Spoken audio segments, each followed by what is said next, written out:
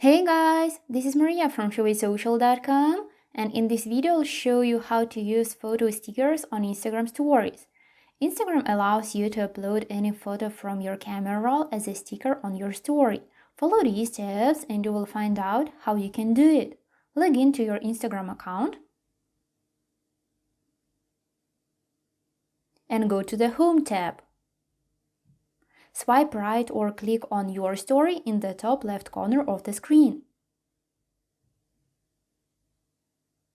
Take a photo, record a video, or upload a visual from your camera roll.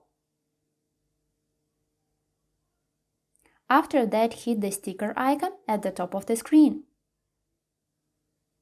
Find the photo sticker and press on it. Select a photo from your camera roll that you would like to add to your story.